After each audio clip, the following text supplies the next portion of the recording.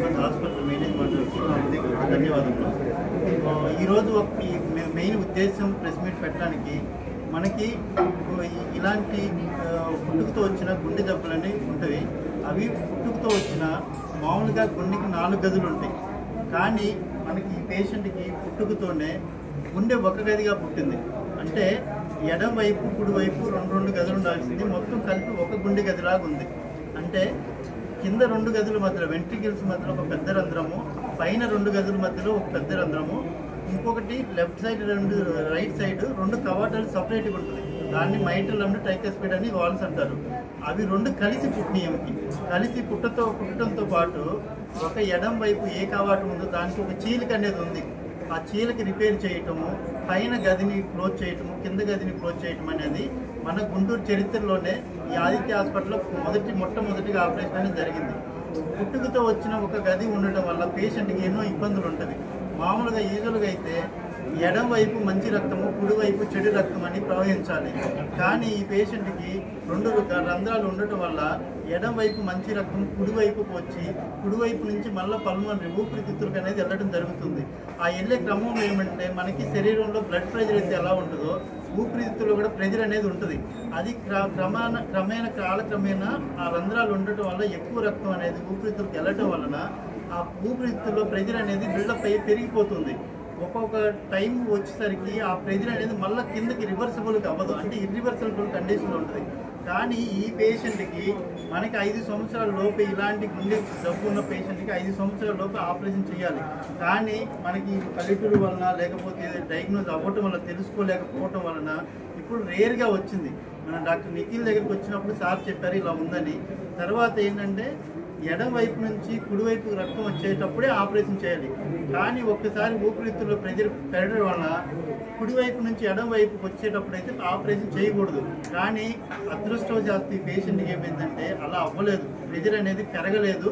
కానీ ఇది రివర్సిబుల్ కండిషన్లో ఊపిరితిత్తుల పేరును ఉండటం వల్ల మనం ఈ పేషెంట్ వాళ్ళ అటెండర్కి ఈ రిస్క్ చెప్తాము. అమ్మా ఇది ఆపరేషన్ అయిన తర్వాత ఎంత పర్సెంటేజ్ గ్యారంటీ అనేది ఇవ్వలేమని చెప్పినా కానీ వాళ్ళ అటెండర్స్ మాకు సహకరించి మీరు చెయ్యండి సార్, మీ వెనుక మేము ఉన్నాము అనేసి ఎంతో కోఆపరేట్ చేసి మమ్మల్ని ఆపరేషన్ చేశాము. చేసిన తర్వాత ఆపరేషన్ చేయటం ఈజీ, చేసిన తర్వాత పేషెంట్ని వెంటిలేటర్ నుంచి బయటకు తీసుకురావడం అనేది చాలా క్రిటికల్ కండిషన్. అది అంటే ఛాలెంజ్తో కూడుకున్నది. అంటే పల్మనరీ ఆర్టీరియల్ ప్రెషర్ ఎక్కువయ్యి అని రివర్సిబుల్ కొన్నిసార్లు అవ్వకపోవడం వల్ల పేషెంట్ని మనం వెంటిలేటర్ నుంచి తీసే పరిస్థితి ఉండదు మనకి. కానీ అంత మా మత్తు డాక్టర్ ఎన్ఎస్సీ శిరీష్ గారు కానీ, పల్మనాలజిస్ట్ కాశీరామ్ గారు కానీ, తర్వాత గుండె డాక్టర్ గారు మన నిఖిల్ సార్ కానీ అందరూ ఇదంతా హెల్ప్ఫుల్ సహకారంతో ప్రతిరోజు పేషెంట్ని రోజు వచ్చి మానిటర్ చేసి సార్ ఇలా చేద్దాం ఒక టీం వర్క్లా ఫామ్ అయ్యి మేమందరము కానీ మంచిగా పేషెంట్ని బయటికి తీసుకురావడం అనేది జరిగింది. ఈరోజు మన ఈ పేషెంట్ అంత పెద్ద గుండె సర్జరీ జరిగి మన ముందు ఉన్నారంటే వీళ్ళందరూ కృషి ఎంతో ఉంది ఈ హాస్పిటల్కి. ఇదే ఆపరేషన్ ఇంతవరకు గుంటూరు చరిత్రలో ఎక్కడ ఏ హాస్పిటల్లో జరిగింది లేదు ఇప్పటి వరకు.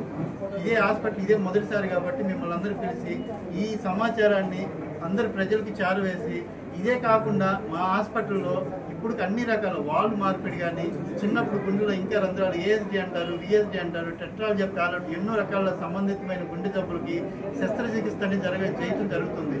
ఇప్పుడు బైపాస్ ఆపరేషన్ 80 వరకు బైపాస్ ఆపరేషన్ చేసి ఒక్క మోర్టాలిటీ లేకుండా మా హాస్పిటల్ ఇప్పుడు వరకు ఎంతో విజయవంతంగా ముందుకు సాగిపోతున్నందుకు మా డైరెక్టర్ గారికి, కృష్ణ సేవంత్ గారికి, మా మేడం గారికి అందరికీ ఎంతో కృతజ్ఞతలు ఉండి మాకు ఇచ్చిన ఈ అవకాశాన్ని మేము కష్టపడి అందరికీ మంచి చేయాలని కోరుతూ అందరికీ మా మనస్ఫూర్తిగా ఉదయపూర్వక నమస్కారాలు చేసి సెలవు తీసుకున్నాను.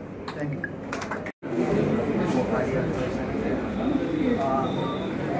మాకు ఈ పేషెంట్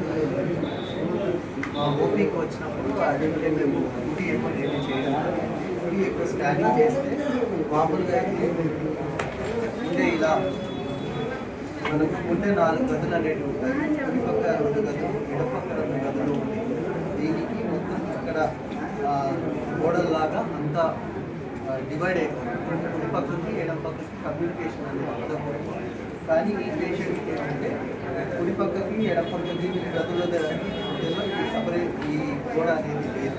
ఇక్కడ ఒక రంధ్రం ఉంటుంది, ఈ కింద కూడా ఒక రంధ్రం ఉంటుంది. సో దీన్ని మనం చూసి వాళ్ళకి చెప్పడం జరిగింది. సో ఇలా మేము గుండె 4 గదులుగా ఉండాల్సి వచ్చింది. సో ఇక్కడ రంధ్రాలు ఉండడం వల్ల గుండెలో రక్తము కుడిపక్క రక్తము ఎడపక్క రక్తము మిక్స్ అయిపోతుంది. కుడిపక్క అనేది మామూలుగా డీఆక్సిజనేటెడ్ బ్లడ్ అంటారు, వాడుక భాషలో చెడు రక్తం అంటారు. కుడిపక్క ఎడపక్క భాగంలో ఉండే రక్తం వచ్చేసి మంచి రక్తము ఆక్సిజనేటెడ్ బ్లడ్ అంటారు. ఈ రెండు ఎప్పుడు కలవకూడదు, కానీ ఈ రంధ్రాలు ఉండడం వల్ల మేము కలుస్తున్నాయి. సో కలిసి ఉండడం వల్ల చెడు రక్తం ఎక్కువైపోయి సర్క్యులేషన్ సరిగ్గా ఉంటుంది. సో దీనికి ఆపరేషన్ చేసుకోవాలి అని చెప్పడం జరిగింది. తర్వాత డాక్టర్ యోగి మన బైపాస్ సర్జన్ గారు ఇలా సార్ని చూపించడం జరిగింది. సారు మేము మా హాస్పిటల్ గారు మళ్ళీ మన anaesthesia team doctor Shirish and Madhavi గారు అందరం కలిసి పేషెంట్ వాళ్ళకి చెప్పడం జరిగింది.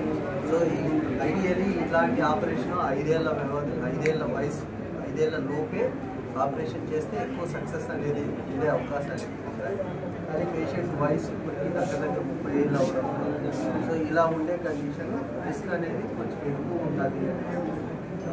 చెప్పి వాళ్ళు కరెక్ట్గా ఓకే చెయ్యండి సార్ అనేసి వాళ్ళు సహకరించి డాక్టర్ యోగి గారు సర్జరీ చేయడం జరిగింది. సక్సెస్ఫుల్లీ ఆపరేషన్ అంతా బాగా జరిగింది.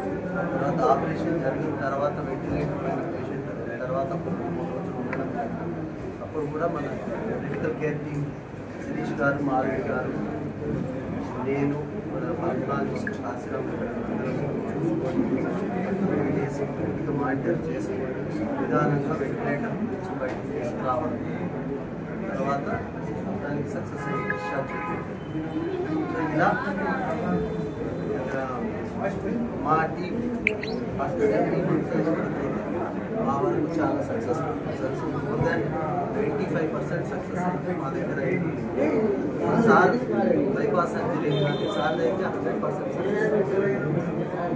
అదే మేము మీ ద్వారా చెప్పేది ఏమంటే ప్రజలకు ఆదిత్య హాస్పిటల్లో కార్డియాలజీ సేవలు, ఐసీయూసీలు చాలా మంచిగా జరుగుతుంది.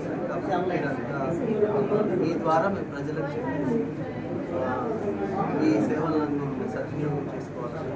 సరే, ఎప్పుడు జాయిన్ అయ్యారు? ఏ కండిషన్తో వచ్చారు, ఎప్పుడు జాయిన్ అయ్యారు, ఎన్నాళ్ళు పట్టింది ఈ ప్రక్రియ? పేషెంట్ యాక్చువల్లీ వీళ్ళు అతి తక్కువ టైంలోనే మళ్ళీ మిమ్మల్ని ఇలా కావాల్సి వచ్చింది. ఎందుకంటే చాలా రేర్ సర్జరీ అనేది చేసాము. ఇంతకుముందు ప్రీవియస్గా మనం చేసిన హ్యాండ్ రీఇంప్లాంటేషన్ మీ వల్ల చాలా బాగా చేయింది. సో దానివల్ల ఏమైందంటే మనకి గుంటూరు జిల్లా అండ్ మన ఆల్మోస్ట్ ఈస్ట్ గోదావరి నుంచి కూడా 2 పేషెంట్స్ రావడం జరిగింది మన దగ్గరికి. ఆ 2 పేషెంట్స్ కూడా మనం చాలా సక్సెస్ఫుల్గా సర్జరీ చేసి వాళ్ళని డిశ్చార్జ్ చేయగలిగాము.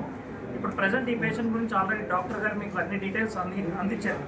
ఏ విధంగా అంటే గుండెలో 4 గదులు ఉండాల్సింది, ఈ పేషెంట్ ఒక్కదే ఉంది.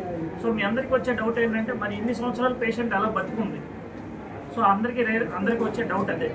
సో ఇదేంటంటే అడల్ట్హుడ్, అంటే పేషెంట్ అనేవాళ్ళు ఎవరైతే చైల్డ్హుడ్ నుంచి అడల్ట్హుడ్కి వస్తారో అదేంటంటే బాడీ కాంపెన్సేట్ చేసుకుంటూ వస్తూ ఉంటారు. సో ఆడవాళ్ళు కాబట్టి వాళ్ళలో డైలీ మన మంత్లీ మెన్స్ట్రువల్ సైకిల్ వల్ల రక్తహీనత అనేది వస్తుంది. ఆ రక్తహీనత వల్ల ఏంటంటే ఒంట్లో హీమోగ్లోబిన్ శాతం తగ్గి ఇతర భాగాలకి ఆక్సిజన్ అందించడంలో విఫలం అవటం వలన పేషెంట్స్ ఇలా బయటపడతారు. వాళ్ళ హాస్పిటల్కి ఏ ఇబ్బందితో వస్తారంటే వాళ్ళకు కూడా తెలియదు. వాళ్ళు ఏ ఇబ్బందితో వస్తారు, ఇంట్లో ఏదైనా పనిచేస్తుంటే ఆయాసం రావటము, గుండె దడగా అనిపించడము, లేకపోతే సాయంత్రానికి కాళ్ళు వాపులుగా రావటము, ముఖం ఉబ్బరంగా ఉండటం. అది కూడా ఎదుటి మనిషి చెప్తారు వాళ్ళకి, ఏంటి నీ ముఖం ఎట్లా ఉంది, పాలిపోయినట్టు ఉందని. అలాంటి టైంలోనే వాళ్ళు గమనించి హాస్పిటల్కి వస్తారు. సో ఇటువంటి ఇబ్బందులు మనం ఎలాగ ప్రివెంట్ చేయాలనేది కూడా జనాభా తెలుసుకుంటే చాలా మంచిది. ఎప్పుడైతే తల్లి గర్భం అనేది కన్ఫర్మ్ అవుతుందో 5వ నెలలో టిఫా స్కాన్ అనేది చేస్తారు. అది అందరికీ తెలిసిందే. ఆ టిఫా స్కాన్ ఏంటంటే అవయవాలు ఎలాగ అభివృద్ధి చెందుతున్నాయి అన్న దాని మీద మనకి స్కాన్లో ముందుగానే చెప్తూ ఉంటారు. ఆమె వయసు ఇప్పుడు సుమారు 35 సంవత్సరాలు కాబట్టి ఆ టైంలో ఆ టిఫా స్కాన్స్ అట్లాంటివి అందుబాటులో లేకపోవడం వల్ల మన పేషెంట్కి ఆ ఇబ్బంది అనేది ఇప్పుడు మన హాస్పిటల్కి వచ్చిన తర్వాత కనిపెట్టగలిగాం.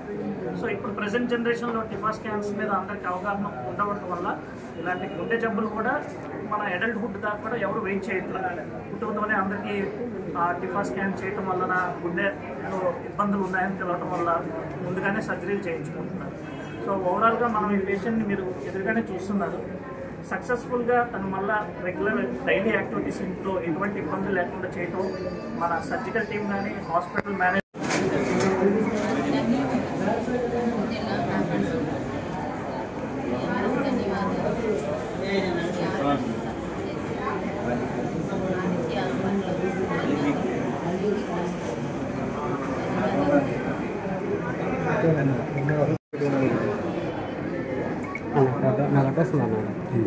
గట్టిగా మాట్లాడుతున్నారు అసలు మాకు ఈ ఆపరేషన్ చేస్తారు మాకు తెలియదు.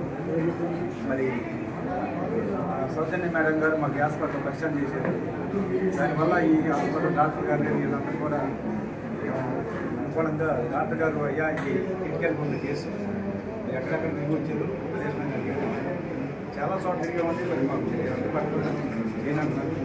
మరి మేము చేస్తాం కానీ మీరు సహకరించాలి. మాకు మీరు సహకరిస్తే మేము ముందు మేము అందరూ కూడా చేస్తామని ఏదైనా జరిగింది మాకైతే హాస్పిటల్ అట్లాగైతే మేము దీనికి అందరూ కూడా సహకరించి ఆపరేషన్ సక్సెస్ఫుల్గా చూస్తుందా మా పాప మా ఇంటికి వెళ్తారు. ధన్యవాదాలు. వర్క్ చేస్తున్నాను ఆదిత్య మల్టీ స్పెషాలిటీ హాస్పిటల్లో and I'm one of the managing director of this hospital. చాలా సంతోషంగా ఉందండి. హాస్పిటల్ ఇప్పుడు ఉన్న హాస్పిటల్ హెల్త్ సర్వీస్ ఛాలెంజెస్లో కానీ చాలా ఇబ్బంది అంటే చాలా కాంపిటీషన్గా ఉన్న టైంలో ఒక హాస్పిటల్ రన్ చేయడం అనేది చాలా ఇబ్బంది. అలాగే మేనేజ్మెంట్ కూడా ఒక కేసు వస్తే దాన్ని ఎట్లా డీల్ చేయాలి, ఇలాంటి రేర్ కేసెస్ వస్తే హాస్పిటల్ మేము భరించగలుగుతామా, ఒకవేళ కేసు సక్సెస్ అయితే ఓకే ఇట్లా ప్రెస్ మీట్ పెట్టి మేము కూడా చాలా హ్యాపీ ఫీల్ అవుతాము షేర్ చేసుకోవడానికి. పేషెంట్ కళ్ళల్లో ఆనందం చూడడానికి మేము చాలా హ్యాపీగా ఉంటాము. అదే ఒక కేసు ఏదైనా ఫెయిల్యూర్ అయితే దానికి తీసుకోగలిగిన ఛాలెంజెస్ కానీ దానికి తీసుకోగలిగిన కాంపిటీషన్ ఉన్న ఈ టైంలో మేము చాలా రిస్క్ చేస్తున్నామండి ఆదిత్య హాస్పిటల్లో.